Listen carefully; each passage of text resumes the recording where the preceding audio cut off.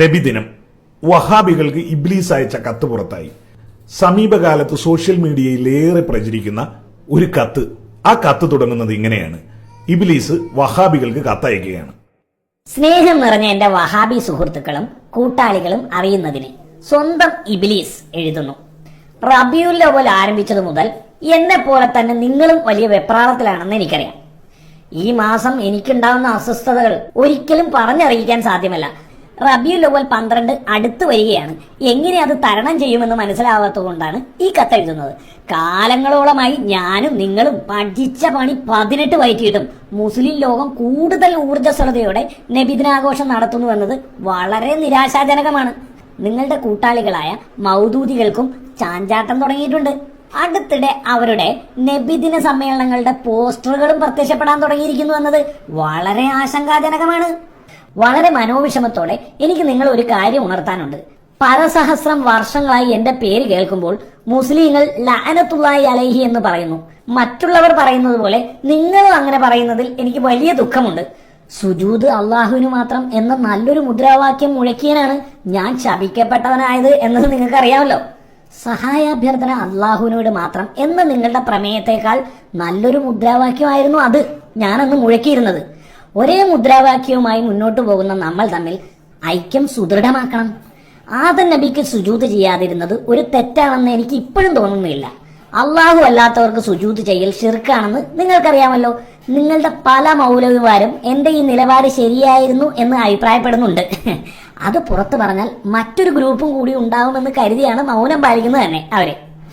ഇപ്പൊ തന്നെ ജിന്ന് ശൈത്താൻ ഗ്രൂപ്പുകളുണ്ടല്ലോ. അള്ളാഹുവും പ്രവാചകനും പറഞ്ഞിട്ടും നിങ്ങൾ മഹാന്മാരെ ആദരിക്കാത്തതും അംഗീകരിക്കാത്തതും സഹായാഭ്യർത്ഥന നടത്താത്തതും ഒക്കെ ശിർക്ക് ഭയന്നിട്ടല്ലേ?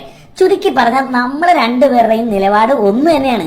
നിങ്ങൾ ചിലപ്പോൾ പറഞ്ഞേക്കാം ആദം നബിയെ ആദരിക്കാതിരുന്നത് എന്റെ അഹങ്കാരം കൊണ്ടാണെന്ന്. എനിക്ക് അഹങ്കാരം ഉണ്ട്, ശരി തന്നെ. പക്ഷെ നിങ്ങളുടെ കാര്യമോ?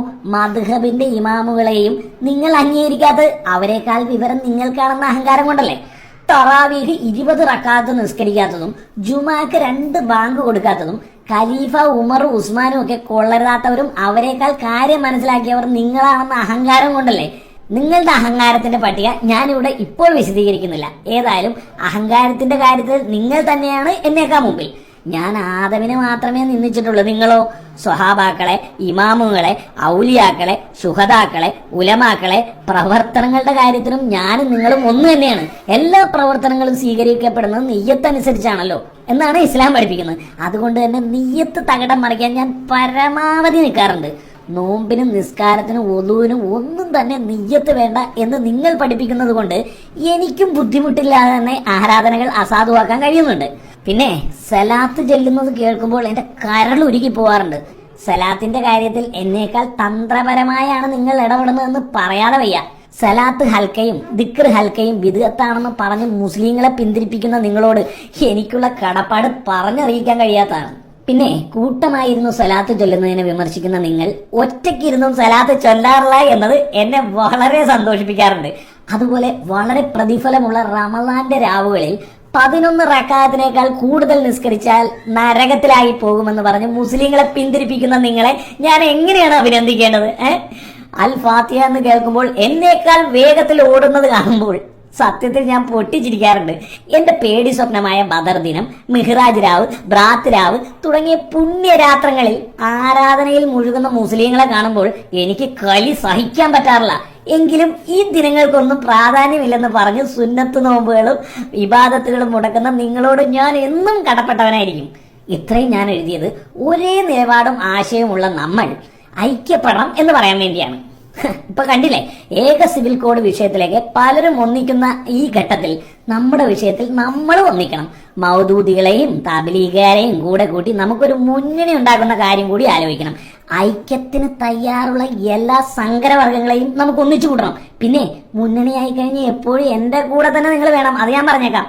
മഹിഷറയിലെത്തിയാൽ മനുഷ്യരൊക്കെ സഹായം തേടി പ്രവാചകന്മാരുടെ പുറകെ പോകും. അത് കൊടും ശിർക്കാണ് എന്ന് എന്നേക്കാൾ നന്നായി നിങ്ങൾക്കറിയാലോ. അപ്പോഴും മുന്നണിയിൽ നിങ്ങൾ ഉറച്ചു നിൽക്കണം. നിങ്ങളെ എത്തിക്കേണ്ടടുത്ത് എത്തിക്കുന്ന കാര്യം ഞാൻ ഏറ്റു. ഈ നാട്ടിൽ മുഴുവൻ അസമാധാനം പുലരട്ടെ എന്ന് ആശംസിച്ചുകൊണ്ട് കൂടുതൽ വലിച്ചു നീട്ടാതെ ഈ കത്ത് ഞാൻ ചുരുക്കട്ടെ എന്ന് നിങ്ങളുടെ സ്വന്തം ഇബ്ലീസ്.